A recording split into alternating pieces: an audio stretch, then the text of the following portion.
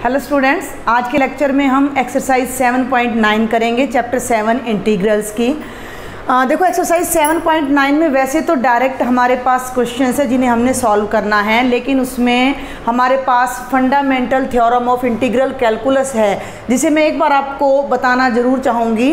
This is second fundamental theorem on integral calculus. क्या है ये? Let f be a continuous function, f small f. ध्यान देंगे कि हम यहाँ पर क्या ले रहे हैं, स्मॉल एफ ले रहे हैं कि स्मॉल एफ एक कॉन्टीन्यूस फंक्शन है on closed interval A B interval में क्लोज्ड फंक्शन है, कॉन्टीन्यूस फंक्शन है, and capital F be the anti derivative of F. ध्यान देंगे, एंटी डेरिवेटिव का क्या मतलब है? एफ का इंटीग्रेशन, स्मॉल एफ की इंटीग्रेशन अगर कैपिटल एफ एक्स है। ध्यान दें, कुछ खास बात नहीं, हम पहले भी इसको पढ़ चुके हैं कि स्मॉल एफ कोई कॉन्टिन्यूस फंक्शन है जो कि क्लोज इंटरवल ए बी में डिफाइंड है।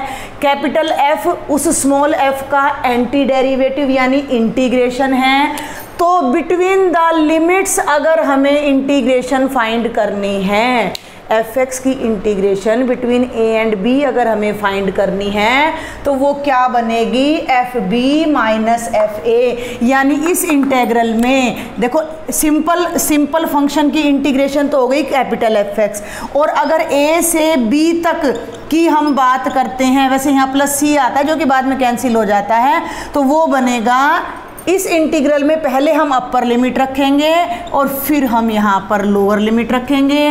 वैसे मैं आपको इसको एक्सरसाइज 7.8 में बता भी चुकी हूँ। क्लियर है? तो आपकी इस एक्सरसाइज में जितने भी एग्जाम्पल्स हैं वो वैसे तो फंडामेंटल थ्योरम से दे रखे हैं। मैं आपको क्लियर कर दूं कि एग्जाम में आपको इस थ्योरम को यूज़ करने की कोई ज़रूरत नहीं है। आप डायरेक्ट इसे इंटीग्रेट करेंगे और लिमिट्स पुट करेंगे। सिर्फ एक क्वेश्चन मैं आपको इस मेथड से करा रही हूँ। लेट स्मॉल एफ एक्स, ठीक है भाई, स्मॉल एफ एक्स हमारा क्या हो गया? X square. क्वेश्चन क्या है? Let me read first.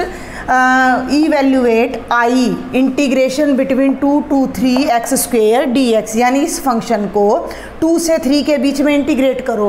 तो हमने इसको स्मॉल एफ एक्स मान लिया और इसकी इंटीग्रेशन लेते हैं। अब हम देखो ध्यान से, small F x D x, small F x का मतलब एक्स स्क्वेयर की इंटीग्रेशन, और एक्स स्क्वेयर की इंटीग्रेशन होती है एक्स क्यूब बाई 3 प्लस में सी, जिसे मैंने नाम दे दिया एफ एक्स। ठीक है, अब bye fundamental theorem, second fundamental theorem on integral calculus, किसी भी फंक्शन की इंटीग्रेशन बिटवीन द लिमिट्स क्या होगी? तो इसकी बात कर रहे हैं। 2 to 3 X square D X क्या होगा? ध्यान दें, f3 minus f2, F B minus F A.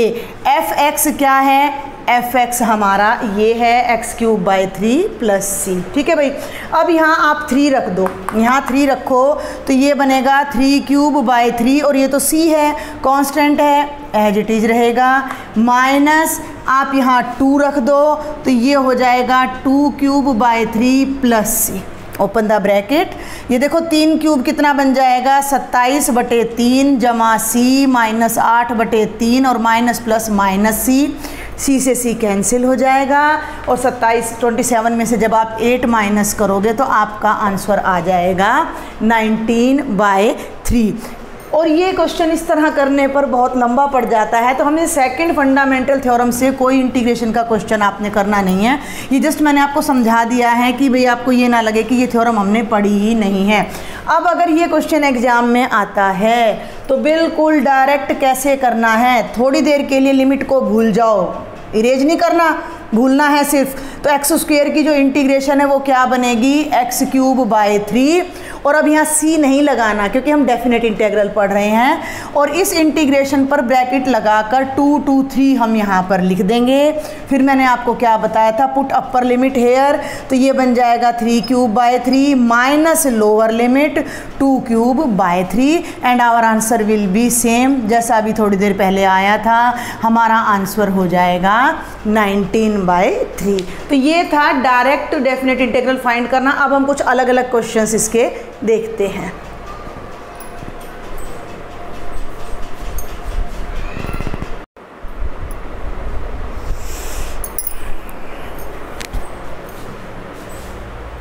Next is second part of example number 27, i is equal to 4 to 9 root X D X divided by 30 minus X is to power 3/2 whole square. देखो अगर हम इसे second theorem से करते हैं बेटा तो ये बहुत लंबा पड़ता है और एग्जाम में कभी भी मेंशन नहीं होता कि आप इसे सेकंड थ्योरम से ही करें। तो इस क्वेश्चन को मैं आपको सब्स्टिट्यूशन मेथड से बताऊंगी जो कि हमारे एक्सरसाइज 7.10 में भी आएगा। ठीक है, जब एग्जाम में क्वेश्चन आता है तो you are free to choose the method. तो हम इस क्वेश्चन को करेंगे सब्स्टिट्यूशन मेथड से। कैसे करेंगे आप थोड़ा सा ध्यान दें। तो ये जो फंक्शन है नीचे x की पावर 3/2, इसकी जो डिफ्रेंशिएशन होगी वो असल में रूट एक्स बनेगी। ठीक है, तो हम यहाँ पर क्या करते हैं, पुट करते हैं कि लेट ये जो टर्म है, सिर्फ ये वाली टर्म जो ब्रैकेट में है 30 minus X is to power 3/2 को मैं z पुट कर लेती हूँ। ठीक है भाई, और फिर मैं क्या करती हूँ, differentiating both sides with respect to z। ये सब हमने डिफ्रेंशिएशन में भी किया हुआ है। तो 30 का डेरिवेटिव हो जाएगा 0, x इज टू माइनस लग गया, x इज टू पावर 3/2 का डेरिवेटिव होगा 3/2, x is to power 3/2 minus 1 that is 1/2, dx is equal to dz। Clear है? फिर से मैं लिख रही हूँ -3/2 root X D X is equal to dz। अब हमें यहाँ थोड़ी सी एडजस्टमेंट करनी है। ये देखो ये दोनों टर्म्स न्यूमरेटर में है रूट एक्स डी एक्स, और ये रहा रूट एक्स डी एक्स। तो बाकी की टर्म्स को हम राइट में ले जाएं तो हमें इसकी वैल्यू कंप्लीटली z में मिल जाएगी। तो रूट एक्स डी एक्स 2 ऊपर चला जाएगा, 3 नीचे आ जाएगा और -2/3 dz बन जाएगा। और इस रिजल्ट को हमने क्या पुट किया था, z पुट किया था। ध्यान दें, इसको मैंने z पुट किया था तो ये z स्क्वायर बन जाएगा, और ये ऊपर वाली पूरी टर्म dz में आ गई। Now we can integrate. नहीं, अभी नहीं कर सकते। अभी आप देखें कि हमने x को पूरी तरह से z में बदल दिया है, dx को dz में बदल दिया है। तो ये जो लिमिट्स हैं ये तो हमें x की लिमिट्स गिवन हैं कि x की वैल्यू 4 से 9 के बीच में है। अब हमारा फंक्शन z में कन्वर्ट हो चुका है, तो हमें ये देखना है कि z की लिमिट्स क्या हैं। तो यहाँ आपको जो की पॉइंट याद रखना है इंटीग्रेशन में, सब्स्टिट्यूशन मेथड में, वो ये है कि आपको लिमिट्स भी चेंज करनी है। यहाँ पर लिमिट्स भी चेंज करनी पड़ेंगी। ये 1 ले लीजिए, यहाँ पुट किया, इसको 2 ले लीजिए और इसको आप 3 ले लीजिए। अब यहाँ से हम लिमिट चेंज करते हैं। फ्रॉम सेकेंड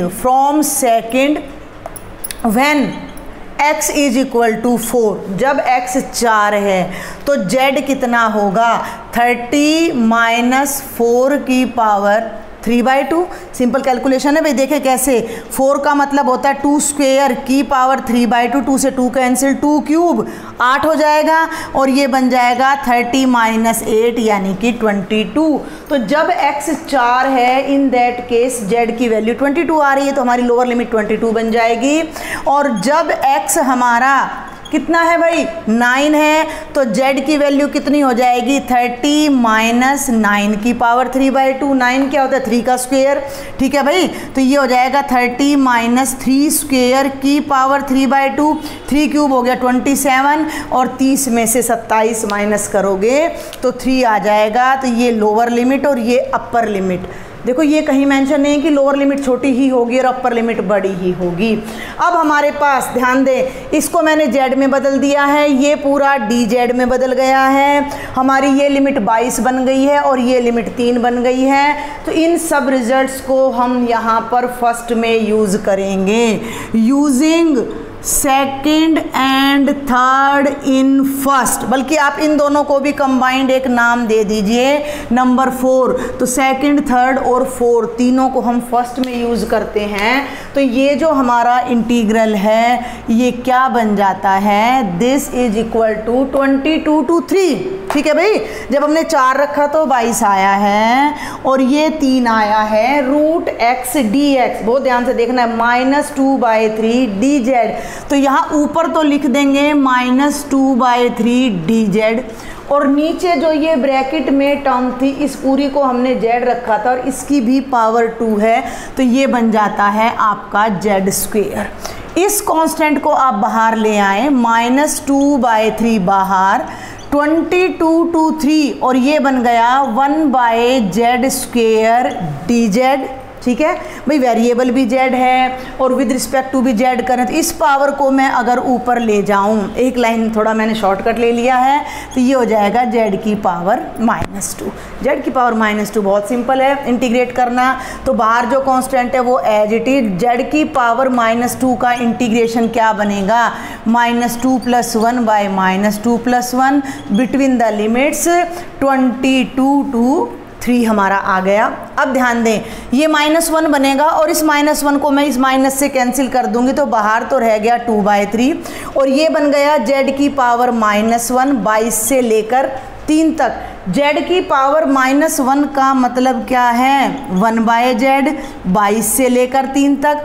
अब आप तरीका देखें, 2/3 पहले अपर लिमिट ही रखनी है तो 1/3, फिर लोअर लिमिट रखनी है बाय 1 - 22। अब हम इसे सॉल्व कर देते हैं। ठीक है भाई, तो बाहर तो आ गया 2/3 और 22 और 3 का जो एलसीएम है वो आएगा 66। यहाँ आ जाएगा 22 - 3 और ये आ जाएगा 2/3 इंटू 22 में से 3 गए 19, 19/66 कैंसिल कर दो भाई यहाँ से 33 और आपका आंसर आ रहा है 19/99। ये आपका आंसर आता है जिसे आप क्रॉस चेक भी कर सकते हो।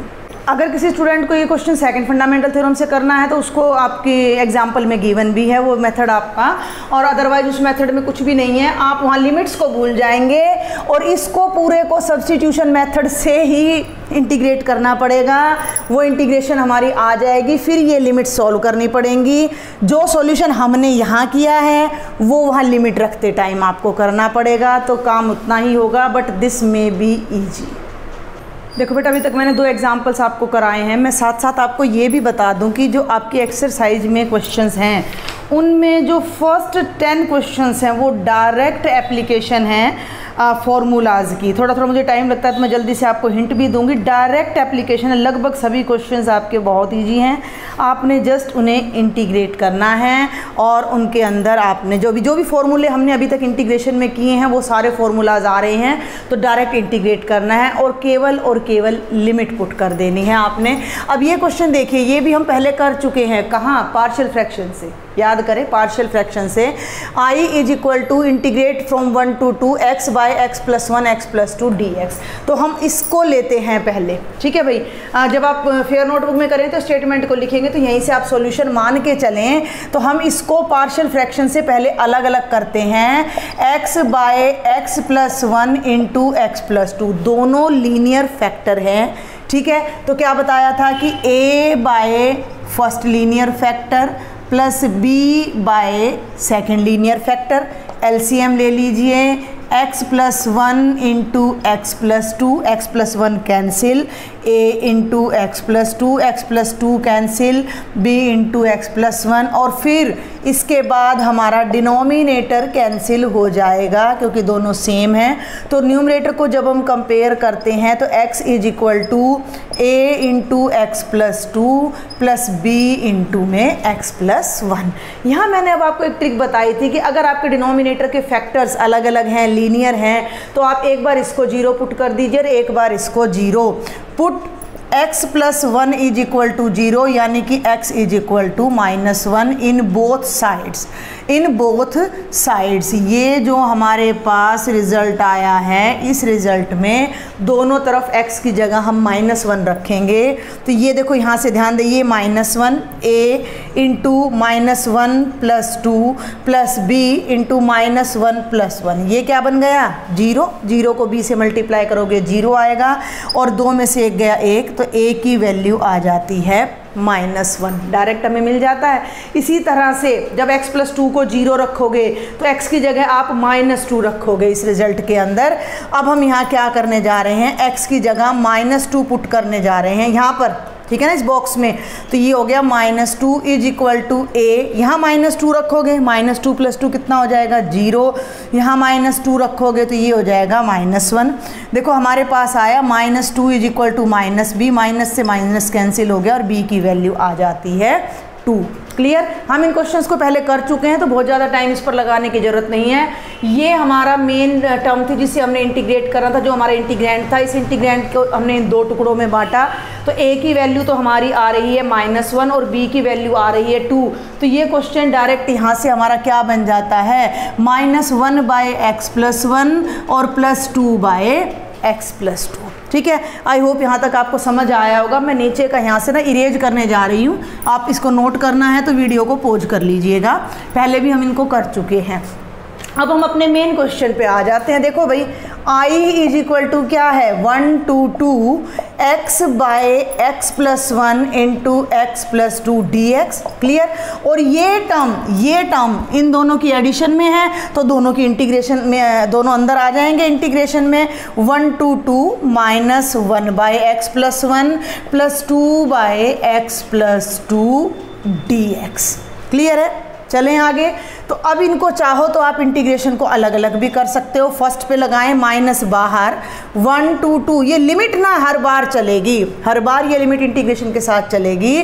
तो -1/x+1 dx, इसमें से 2 को बाहर ले लो, 1 to 2 और भैया 1/x+2 dx। क्लियर। 1/x की इंटीग्रेशन क्या होती है, log होती है, तो ये हो जाएगा -log of mod of x+1 between the limits 1 to 2, 2 बाहर आ जाएगा, log of mod of x+2 between the limits 1 to 2। अब हम यहाँ पर अपनी लिमिट पुट कर देते हैं। ये x+1 है भाई, ध्यान देना। तो माइनस बाहर, अपर लिमिट यहाँ मैं 2 रखूँगी तो 2 + 1 कितना आएगा, 3 आएगा, log 3 यहाँ 1 रखूँगी तो -log 2। ठीक है। प्लस 2 बाहर है, यहाँ 2 रखती हूँ तो log ऑफ 2 + 2 कितना आ जाता है, ये आपका 4 आ जाता है, और माइनस का log 3 आ जाता है। अब हमें इसको जस्ट सॉल्व करना है, तो एक बार हम इसकी ब्रैकेट खोल लेते हैं। -log 3 minus plus log 2 plus 2 log 4 -2 log 3, ये दोनों टर्म्स एक जैसी हैं, तो ये हो जाएगा 3 log 3। मैं ऊपर का इरेज करके यहाँ पर अब आपको बताती हूँ ये पूरा क्वेश्चन।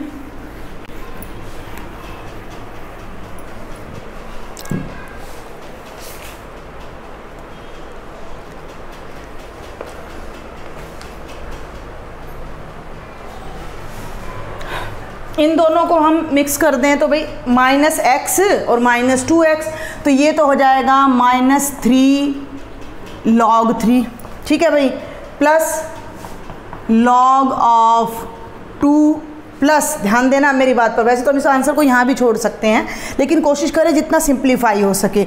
ये जो है यहाँ एक हमारी आइडेंटिटी लगती है, n log m कह लो या m log n कह लो, तो ये हो जाता है log ऑफ n की पावर m, यानी आगे जो टर्म है ये पावर में चली जाती है, तो ये जो टर्म है ये यहाँ पावर में चली जाएगी, तो ये हो जाएगा log ऑफ 4 स्क्वायर। 4 स्क्वायर कितना हो जाएगा, 16, और ये पावर भी यहाँ चली जाएगी, तो -log ऑफ 3 क्यूब। ध्यान देना भाई, log m plus log n, सारी आइडेंटिटीज मैं यहाँ लिख रही हूँ। log m plus log n होता है log ऑफ mn, यानी दोनों की प्रोडक्ट, तो ये बनेगा 16, 4 स्क्वायर इंटू 2, तो इन दोनों को जब हम कंबाइन करेंगे तो ये बनेगा log ऑफ 2 इंटू 16। ध्यान दें, ये बन गया -log ऑफ 27, ये बन गया log ऑफ 32। देखो, एक आइडेंटिटी ये बताई है मैंने, एक आइडेंटिटी ये बताई है, और अब एक और बताने जा रही हूँ मैं।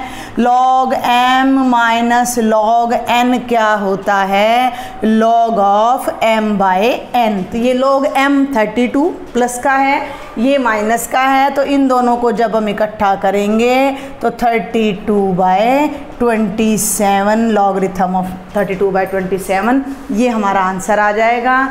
तो देखो, इसको सॉल्व करने में, इंटीग्रेट करने में कोई प्रॉब्लम नहीं है। लिमिट रखने के बाद कोशिश करें कि जितना ज़्यादा हो सके आप इसे सॉल्व करें। This is the last example बेटा। I = 0 to π/4 sin cube 2t dot cos 2t dt। इसे भी हम सब्सटीट्यूशन मेथड से ही इंटीग्रेट करेंगे। आप ये देखें कि साइन का डेरिवेटिव कॉस होता है और कॉस का डेरिवेटिव माइनस साइन होता है। तो हम सब्स्टिट्यूशन में ये ध्यान रखें कि जहाँ पावर आ रही है उसको अगर हम सब्स्टिट्यूट करते हैं तो हमारा काम इजी हो जाएगा। भाई अगर मैं साइन थीटा को जेड रखती हूँ, एक्स रखती हूँ, तो ये हमारा डी जेड या डी एक्स में बदल जाएगा और उसकी पावर यहाँ 3 आ जाएगी। तो ये बस आपने थोड़ा सा ध्यान रखना है। लेट अस पुट या लेट सिंपल आप कर दीजिए sine 2t is equal to Z. ठीक है, आप एक्स भी रख सकते हो। Differentiating both sides, differentiating both sides with respect to z। तो देखो साइन थीटा का डेरिवेटिव होगा cos 2 मतलब थीटा की जगह 2t, और 2t को फिर से डिफ्रेंशिएट करोगे तो 2dt आ जाएगा और ये हो जाएगा हमारा dz। ठीक है भाई, ये जो टर्म ऊपर आपको दिखाई दे रही है ये है cos 2t dt। ध्यान दें, cos 2t dt, यानी ये दो एक्स्ट्रा है। तो इसे अगर मैं राइट साइड में ले जाऊं तो cos 2t इंटू dt क्या बन जाता है dz। ये मल्टीप्लाई में है, नीचे आके डिवाइड हो जाएगा तो ये वैल्यू तो आ जाती है इसकी, और sin 2t को हमने रखा है z। तो ये 1 जहाँ पुट करते हो वो 2, आगे जो डिफ्रेंशिएशन से आया वो 3।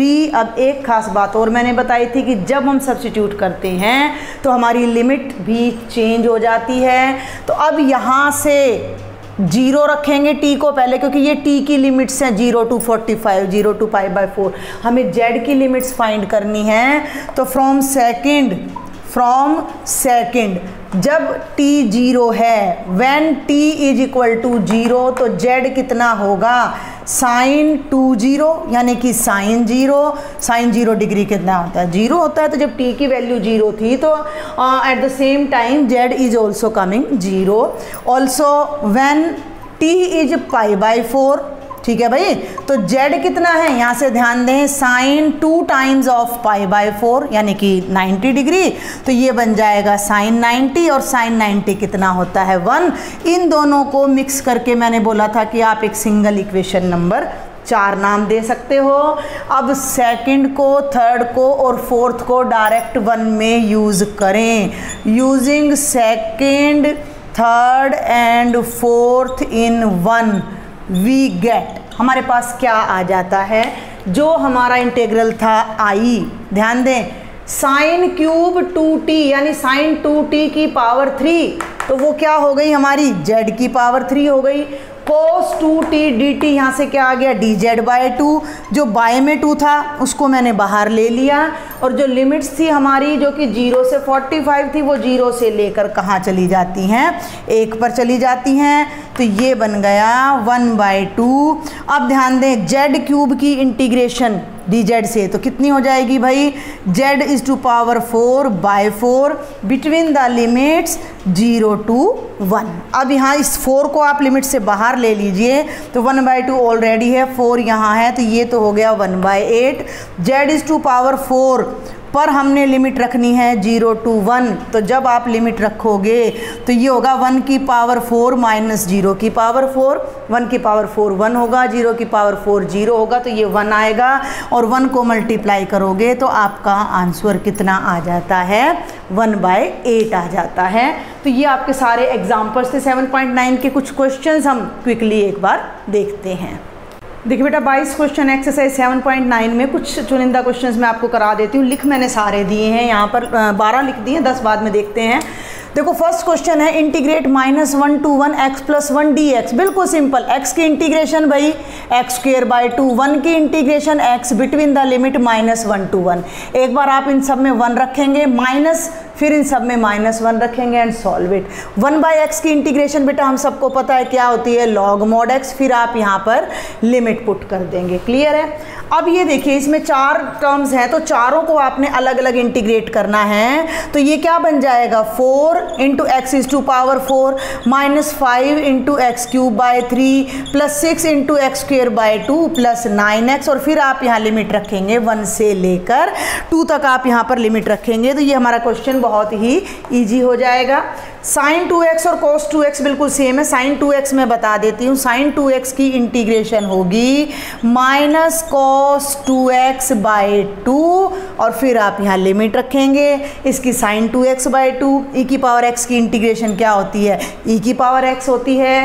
टेंजेंट x की जो इंटीग्रेशन होती है वो minus log of cos x होती है, या प्लस में लें तो log ऑफ सेकेंट x होती है। बिल्कुल डायरेक्ट एप्लीकेशंस हैं ये उसकी फॉर्मूलाज की। Cosecant x log of cosecant x plus cotangent x का मॉडुलस, ये आपकी किसकी इंटीग्रेशन आ जाती है, साइन इनवर्स x की।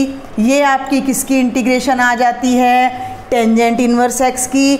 और ये आपका क्या आ जाता है, 1/2a log of x minus a by x plus a। c तो लगेगा नहीं, 2a का मतलब 2 इंटू में यहाँ 1 आ जाएगा, तो फिर आप यहाँ पर अपनी लिमिट्स पुट कर सकते हो 2 से 3 तक। Question number 12, 0 to π/2 cos square x dx। देखो cos स्क्वायर की इंटीग्रेशन के लिए अब हमें इसे चेंज करना पड़ेगा। पहले इंटीग्रेशन से पहले ये बन जाएगा 1 plus cos 2x divided by 2। ठीक है भाई, dx ये जो 2 है ये बाहर आ जाएगा और 1 की इंटीग्रेशन x हो जाएगी। cos 2x की इंटीग्रेशन यहाँ पर हमने कराई sin 2x by 2, then you can put the limit. ये कुछ और क्वेश्चंस आपके रह जाते हैं, लास्ट के 10 क्वेश्चंस हैं हमारे, इनके भी हिंट्स मैं आपको देती हूँ। देखो ये मैं आपको एक बार में बता दूँ, ये वाला क्वेश्चन, ये वाला क्वेश्चन और ये वाला क्वेश्चन, तीनों में अगर आप ध्यान दो तो ऊपर लीनियर टर्म है और नीचे क्वाड्रेटिक है, और क्वाड्रेटिक की जो डिफ्रेंशिएशन होती है वो लीनियर होती है। क्लियर? तो आपको याद हो कि ये तो ऐसे डायरेक्ट भी हो जाएगा, 2 से मल्टीप्लाई और 2 से डिवाइड करोगे इसको तो ये आपका डायरेक्ट क्या बन जाता है, इंटीग्रेशन बन जाता है। भाई ऊपर डेरिवेटिव है नीचे फंक्शन है, तो ये तो हमारा वैसे डायरेक्ट बन गया है 1/2 log of x square plus 1 और फिर आप इसकी लिमिट्स पुट कर दो। बात करते हैं इन दोनों की, तो इनमें हम क्या करेंगे कि जो न्यूमरेटर है 2x प्लस 3 वो लिखा जा सकता है a टाइम्स, ध्यान देना है, differentiation of denominator plus b। शायद आपको याद आ गया होगा, ये मैं आपको करवा चुकी हूँ कि numerator is equal to a times differentiation of this plus b। हम दोनों तरफ कंपेयर करेंगे, हमें a और b की वैल्यूज़ मिलेंगी। एक टर्म आपकी सेपरेट होकर 1 बन जाएगी और एक में सेम यही वाला फॉर्मूला लगकर आपकी इंटीग्रेशन आ जाएगी। तो 19th और 14th दोनों ही क्वेश्चंस आपके इस मेथड से हो जाएंगे। आगे बढ़ते हैं, क्वेश्चन नंबर 15। मैं जस्ट हिंट्स दे रही हूँ आपको क्योंकि वो सारी इंटीग्रेशन हम पहले कर चुके हैं एक्सरसाइज 7.6 तक। तो x into E is to power X square, ध्यान दो भाई, एक्स स्क्वेयर का डेरिवेटिव 2x होता है। अगर मैं इसमें एक्स स्क्वेयर को t पुट कर दूं तो जो 2x dx है वो dt बन जाएगा और x dx dt बाई 2, तो ये dt बाई 2 और e की पावर t आ जाएगा, लिमिट्स चेंज हो जाएंगी, देन यू कैन इंटीग्रेट। अब इस क्वेश्चन को देखें, यहाँ पर ऊपर भी स्क्वेयर है नीचे भी। जब इस टाइप का हमारा रैशनल फंक्शन होता है तो हम पहले क्या करते हैं, आपको याद हो मैंने करवाया था ऐसा एक एग्जाम्पल, हम न्यूमरेटर को डिनोमिनेटर से डिवाइड करेंगे, 1 या 5 समथिंग आएगा, फिर इस टाइप का फंक्शन आ जाएगा जिसे हम इस मेथड से सॉल्व करेंगे और लास्ट में फिर हम लिमिट्स पुट करेंगे। ये डायरेक्ट है भाई क्वेश्चन, इसको तो समझाने की जरूरत ही नहीं है। सीकेंट स्क्वायर एक्स की इंटीग्रेशन टेंजेंट एक्स क्यूब की x 4/4 और 2 की 2x हो जाएगी। एक बार मैं बीच में ले रही हूँ, ये भी डायरेक्ट है, ये मैंने आपको पहले भी अभी आ चुका है इसी एक्सरसाइज में। टेंजेंट इनवर्स x बनेगा, लिमिट पुट कर देंगे। और उससे पहले अब मैं इन दोनों पर आ जाती हूँ। ये देखो, ये भी ना बिल्कुल वर्बल सा क्वेश्चन है। कैसे? अगर मैं इसमें से यहीं पर करके दिखाती हूँ, माइनस कॉमन ले लूँ तो ये बन जाता है cos square x by 2 minus sine square x by 2। अभी मैं अंदर अंदर सोल्व कर रही हूँ इंटीग्रेंड को, इंटीग्रेशन करके नहीं दिखा रही मैं। तो माइनस कॉमन लिया तो cos square theta minus sine square theta क्या होता है, कॉस 2 थीटा। तो ये बन जाएगा minus cos 2 times of x by 2 और ये आ जाएगा माइनस कॉस एक्स। इंटीग्रेशन के अंदर ये पूरी टर्म माइनस कॉस एक्स में बदल जाएगी और माइनस कॉस एक्स की इंटीग्रेशन हो जाएगी माइनस साइन एक्स और आप फिर लिमिट को इजीली पुट कर सकते हो। ये वाला 20th क्वेश्चन के 2 पार्ट्स कर लेना। ये तो हो गया साइन थीटा, तो इसका तो हो जाएगा minus cos theta by theta का जो भी कोफिशिएंट है, और इसे आप करिएगा by parts, u into v से by parts, integration by parts में करवा चुकी हूँ। And this is the last question. ये भी बिल्कुल सिंपल है हमारा, dx बाय ये हो जाएगा 2 का स्क्वायर और 3x का होल स्क्वायर। 1 ये था हमारी आइडेंटिटी, याद करें, dx by a square plus x square था, 1 by a tangent inverse x by a. इस आइडेंटिटी को लगाकर आप इंटीग्रेट करेंगे and then you will put the limit. यहाँ आपको ये ध्यान रखना है कि 7.6 तक आपको सारे फॉर्मूला, सारे कॉन्सेप्ट क्लियर होंगे, तभी आप डेफिनेट इंटीग्रल पर बढ़ सकते हैं। आई होप आपको ये एग्जाम्पल्स, ये क्वेश्चंस समझ आए होंगे।